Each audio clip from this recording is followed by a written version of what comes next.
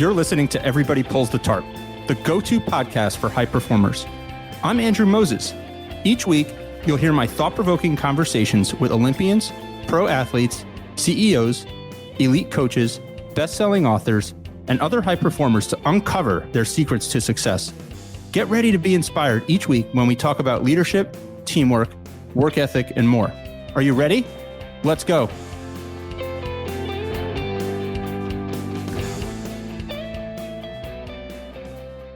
This week, my guest is Duke University head football coach Mike Elko. In 2022, Mike was named ACC Coach of the Year in just his first season at Duke University. He took over a team that was 3-9 the previous season and swiftly turned things around, leading Duke to a 9-4 record the following year. Prior to Duke, Mike served as Texas A&M's defensive coordinator, where he led the team to a top 3 national ranking in scoring defense. Mike is a 2-time semifinalist for the Frank Broyles Award, which is given annually to the top assistant coach in all of college football. We recently sat down to explore his career and the mindsets, tools, and leadership philosophies powering the turnaround he's leading at Duke. Our conversation is filled with powerful leadership and career lessons that you can apply to anything. You'll hear actionable ideas on balancing competing priorities, communicating a clear vision, leading with authenticity, and so much more. Grab a notebook. This one is jam-packed, and I can't wait for you to hear it. So, let's pull the tarp and get straight to Mike Elko. Where I want to begin, Coach, you took over a team at Duke that was coming off a 3-9 season, 0-8 in ACC play the prior year. You led them to a 9-4 overall record, 5-3 in conference play, and you took home ACC Coach of the Year honors. I'm curious, what were some of the things that you focused on in those first few months to get things back on track and ultimately get yourself settled in the new job? Yeah, I mean, I think so many things. Obviously, it was my first time as a head football coach, and so you have all these things you want to do, but then you got to make them specific to the program that you're taking over. And so I think the first thing we really tried to do was listen to the players. I think we had a lot of meetings early on. I met with every player on the team one-on-one.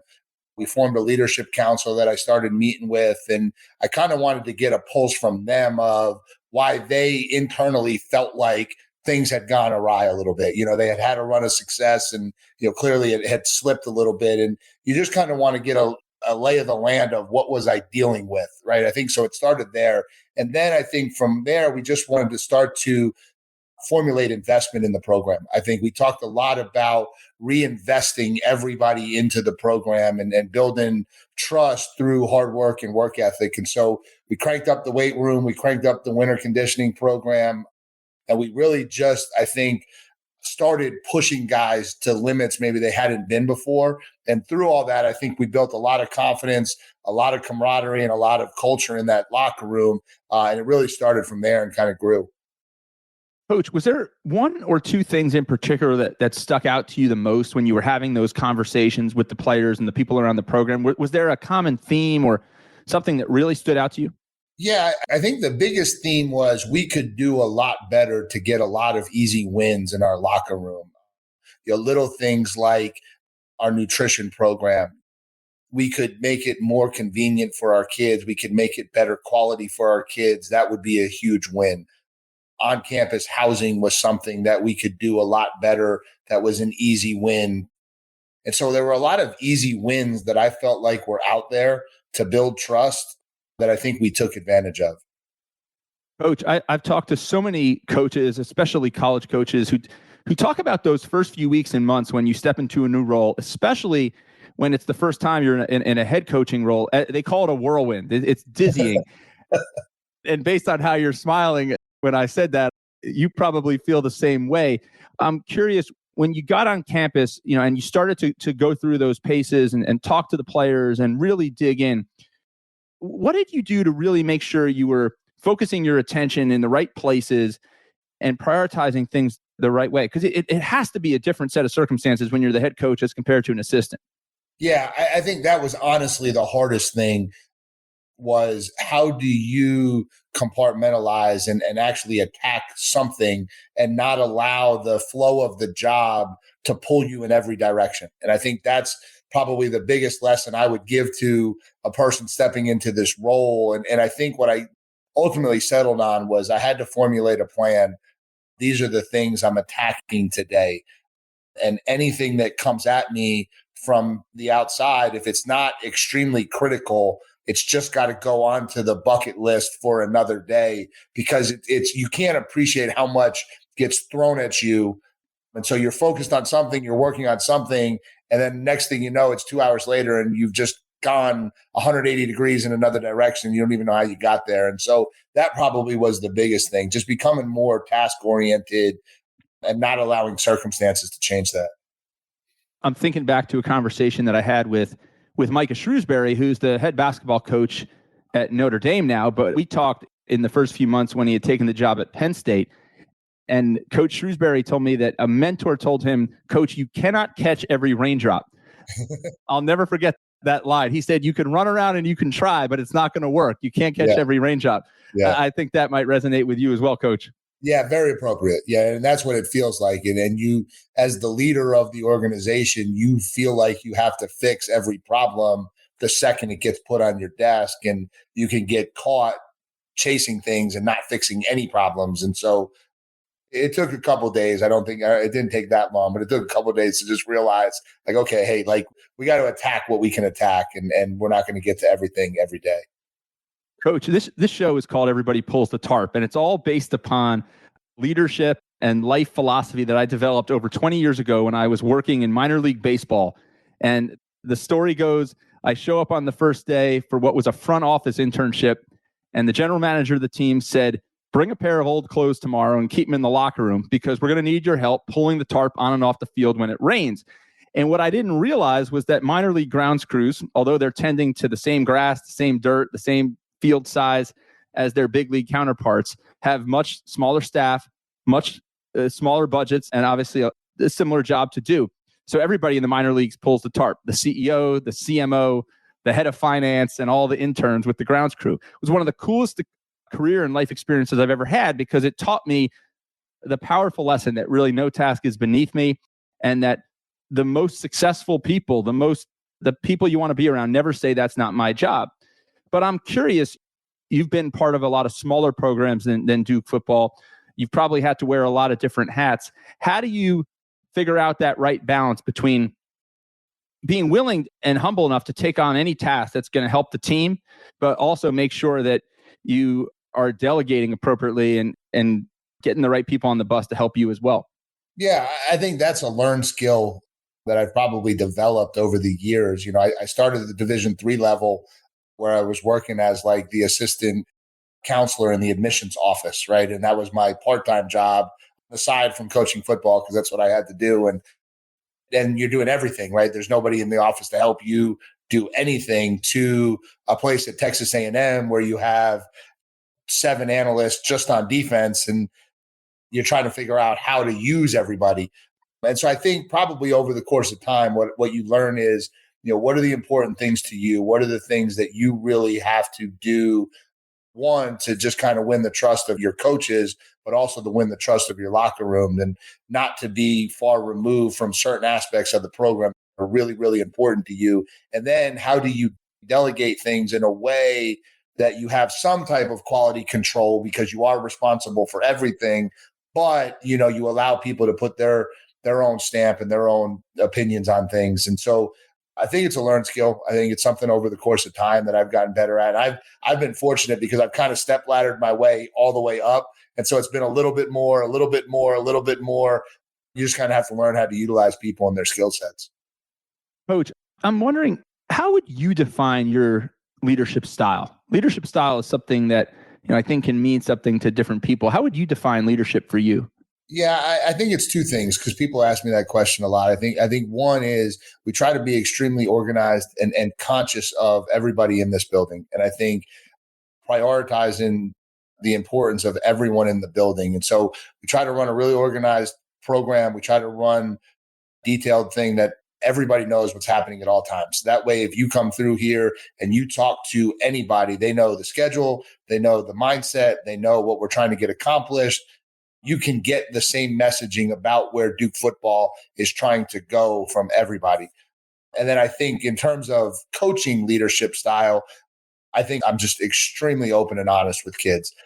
I think I learned years ago that, this generation really, really resonates with people who are just real with them and people that will look them in the eye and tell them the truth and not try to talk around things and not try to make things something that they're not. I think kids just really appreciate genuine honesty. And I think that's what I try to bring. How do you go about going back to that first point you made about the message, making sure that everyone understands what the message, no matter who you ask around the program, you're going to get a consistent message. How do you communicate that message, and how do you make sure that everybody understands and is speaking from the same sheet of music? Yeah, I think it's a lot of levels. I think one, it starts with just hiring people that you trust and hiring good people that are going to try to carry out the message. It starts there.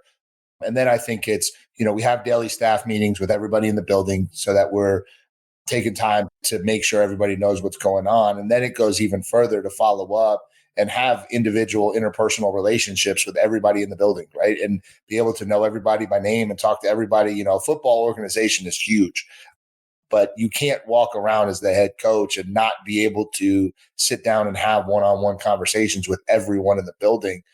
And I think that's probably something I learned over the course of time that resonates with our staff, I think. People talk about your relatability.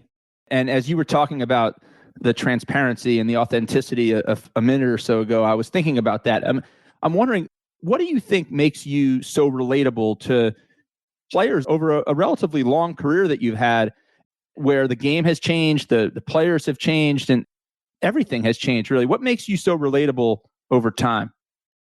Maybe it's just an appreciation for who they are and listening and hearing their stories over the years, which I think has kind of given me an understanding of what this generation is about, and then specifically what each kid is about, right? And so you sit down with each kid in a one-on-one meeting, and that can go a couple different ways. You can push your messaging on them, you can push your opinions on them, or you can bring them in and you can allow them to speak, and you can be open-minded and listen and hear what they're really saying, which lets you kind of get a little bit of an insight into who they really are. And I think I've just always tried to be a really good listener to people. And then I think I have a unique background. I've seen the world from a lot of different ways, right? I grew up in a trailer park. I went to the University of Pennsylvania. And so you can kind of see things from a lot of different avenues, and you realize that everyone that you come across has value and has stories, no matter what you may think about them when you first meet them. And so just trying to really dig into a lot of that stuff, I think, helps. Do you think that a limitation of leaders maybe who aren't as successful is that they maybe judge the book by its cover? They hear something about a person and then they jump to a conclusion, or they limit what they think that person's potential is. Do you think that's something that's a limitation for leaders? Yeah, I think so. And I think, honestly, I think maybe this is something I learned along the way that was really helpful for me. And it was, don't spend as much time worrying about leading, spend a lot of time worrying about who's following. And if you can get a lot of people to follow you, then you're being a really good leader. If you spend all your time trying to sit on top of everything and worried about leading and leading and leading, you may turn around one day and no one's behind you. What does it look like when people are following you?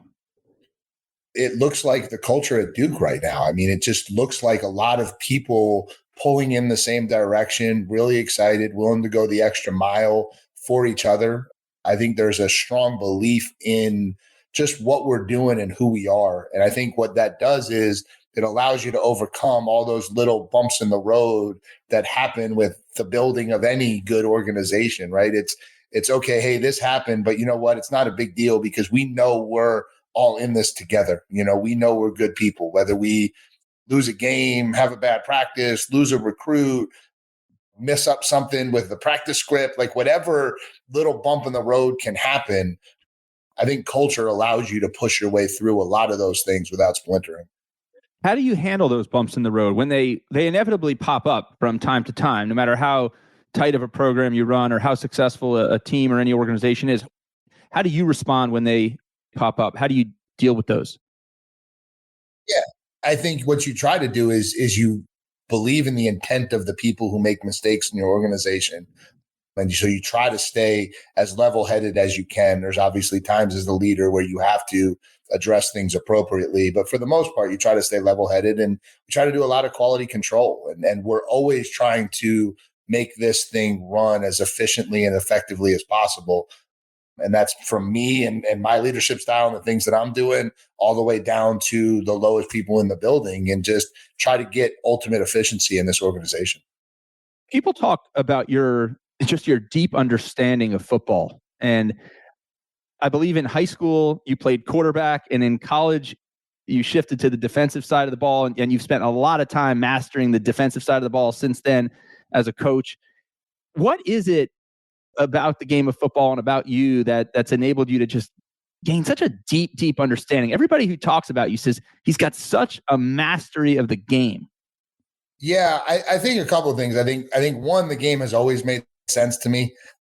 Everyone kind of has that a little bit. And so I could always understand it better than I could play it. Honestly, people ask me what position you played in college. I said I was the right wing on the punt team. That was where my athleticism took me. But I think it does start that. I do think it comes somewhat natural to me. I understand it well. But then I was lucky because I had a unique experience in both ways. I never really had that like mentor defensive coordinator. Like I didn't get to GA for one of the great defensive coordinators in the game, and so I was always in a situation where I was having to learn and figure stuff out. And I think that makes you a better thinker, because you have to think through what you're doing, why you're doing it, how you're doing it. And then I spent my entire career as a defensive coordinator working for offensive head coaches. And I think that like broadened my perspective on how to think about things, because they would never come in with ideas and concepts about plays on defense. It was always ideas and concepts about what the offense was doing or how the offense was thinking about attacking us. And I think that created maybe this overall view of the game of football that I've been able to utilize. When you have this deep understanding of something, anything, whatever it is, no matter how you've accumulated that understanding and that breadth of expertise, others that you have to communicate with are going to have different levels of understanding of different things. How do you make sure that your message lands with each individual, right? Because I would imagine that whether it's your assistants, folks on your staff, or players, everybody has a different way of absorbing information that you're trying to communicate. How do you make sure that that message is being heard, that you're communicating it clearly? Yeah, I think with the players early on, I learned that a lot of back and forth communication was critical. The easiest way to figure out if somebody's learning what you're saying is to force them to give it back to you in some type of way. And like not necessarily word for word, but just to make sure in their own words, they can conceptualize what you're saying to them. And so I think that was my teaching style as a position coach. And then I think it grew when I became a coordinator. And then I think what I learned early on as a coordinator was you had to kind of apply that same thing to coaches. When you get into a coaching staff, you have so many guys with so many different backgrounds or ideas or thoughts on how things go. And sometimes people try to take half of what you say and just instantly apply it to, oh, he just means this. And that's where I think sometimes wires can get crossed. And so just making, getting coaches in positions where they're speaking back to you so that you're always on the same language. I think that's kind of what we've done. Going back to what you were saying a couple minutes ago about not necessarily working for one of these elite defensive wizards that would become a mentor, you had to figure out a lot on your own. Do you think that if people are paired with folks that kind of spoon feed them too much, that kind of drag them along with them, that they just sub-optimize their learning and development? Some do. Yeah, I think the biggest thing is learning how to think about the why. I think that's one of the things that I always try to push on the young coaches that have worked for me is don't do anything just because it's what you do. Like understand why you do something, understand why it has success, because then that's going to allow you to apply it appropriately at the right time. Everything can work. Everything cannot work. That's just the nature of calling defenses. It's the nature of calling football in any way, shape, or form. Spend a lot of time focused on why things are working, and then maybe you can pair them the right way as you move forward. When you're coaching specifically defense and you're trying to neutralize the other team's most meaningful offensive weapons. Are you spending more time thinking about yourself and kind of like looking inward, or are you spending more time thinking about what the other team's going to do? Yeah, it's a combination of both. I think what we spend a lot of time with is on matchups. We're looking at matchups and how do we control matchups to be the best of our advantage, right? And it's maybe we don't have a guy that can cover their best receiver man to man, which means we better find a way to devise a plan that doesn't have that as a huge part of it. Or, maybe it's a team that the running back is extremely talented and we're going to have to find creative ways because we might not be able to just tackle him solidly all day. And so how are we going to disrupt his run timing so that he doesn't get the head of steam that makes him a menace all day? I think we spend a lot of time on matchups. I think that's probably how we look at the game. And maybe that's a little different. It's not necessarily just about play calling. It's how you create those matchups to be in your favor. Coach, there's no question your work ethic is unmatched. People talk about your work ethic, Coach Elko's work ethic. I've heard you say that, your parents were a big part of that watching and observing your parents are a big part of, what shaped your work ethic as a youngster. You obviously, mentioned earlier your humble beginnings. I'm curious, what was it about your parents and what you saw as a youngster that shaped that work ethic, do you think? Yeah, I think it's just the simple part of the story. Like my mom was 16, my dad was 19. They both dropped out of high school. And as soon as that happens, it's all about finding a way. And there was no easy path for them. And I think, my dad worked in Penn Station, New York City, in the Amtrak train station and had to take the train in and out of work every day. And my mom luckily got in with the post office and she was working early morning shifts. And just what we learned was how to find a way. And we had what we needed. We certainly would never call it a struggle. We came from where we came from, but we just found a way to be successful. And I think that's probably the mindset that drives work ethic, which is to say, here's a problem. You got to figure out how to solve it. And however long it takes, whatever it takes, I'm not going to stop until the problem's solved. You have to find a way. Like you said there. Pull the tarp. Pull the tarp, right? Everybody pulls the tarp. Coach, when did you realize for the first time that you wanted to get into coaching? Probably after I failed Econ 1 in the Wharton School of Business at UPenn.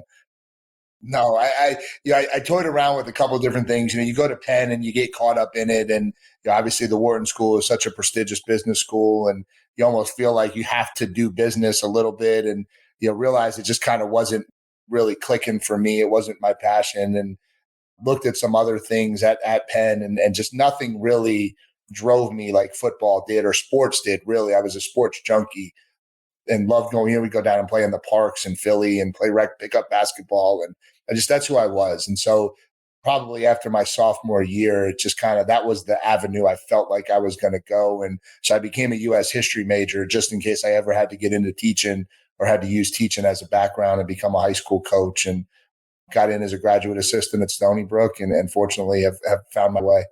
When you think back to those early days of coaching at Stony Brook, that graduate assistantship, what was most surprising to you then?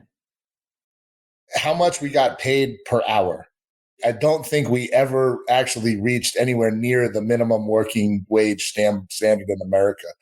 No, I think it was how we could impact kids. I think that was the thing really quickly in coaching, was how you could have an impact on kids and how you could see over the course of my first 6 to 8 years, like some really good coaches have really, really positive impacts on kids' experiences in college, which ultimately I think leads them to a good spot in life. And then the other way, right? Some not so good coaches who negatively impacted kids and didn't give them the best experience in college. And you just realize the impact you could have on kids at this age. Was there something back then that you worried a lot about, Coach, that you maybe wish you hadn't worried so much about? That's a good question. I don't know that there's one thing I would say that like I really worried about. We just always worried about doing the best we could. Like that's, I met my wife in college. We got into this thing from the beginning. When this all started, she was supporting me. I wasn't making anything. And we just both were kind of focused on doing things the right way and figured hopefully it would work out. And obviously it has. Obviously it has. And I'm looking at that big Duke D behind you. And I'm thinking about all the history that Duke has had in so many sports and in basketball, the way everybody gets crazy inside that Cameron Indoor. And I know, the success that you've had early on, the success that you're going to continue to have, Coach Elko. They're going to be going crazy in that football stadium for decades to come with the Duke football program. I have had so much fun digging into your story, learning a little bit about what makes you tick. This has been a great honor. Thank you, Coach Elko, for pulling the Tarp. You're part of the Tarp Puller Club forever now. And I can't wait to see all the new chapters you continue to write in the story of Duke football and your own career. Yeah, I appreciate the opportunity to come on here. I think anytime we can spread the message about what we're doing here at Duke is awesome. We're doing something really cool and really unique, and the more people that hear about it, the better it is. Coach, this has been a lot of fun. We'll have to catch up again soon, all right? Yeah, appreciate it. Thanks, Andrew. Thank you for joining me this week. Be sure to subscribe in your favorite podcast app so you can catch all of our upcoming episodes. And if you are like me and want a world full of Tarp pullers, then leave a review to help others find us. You can also follow me on Twitter at Andrew H. Moses. That's Andrew H. Moses. And be sure to sign up for my email newsletter at everybodypullsthetarp.com/newsletter. I'll share tips and insights to help you achieve maximum success and happiness. Today is a great day to pull the tarp. I am rooting for you. See you next time.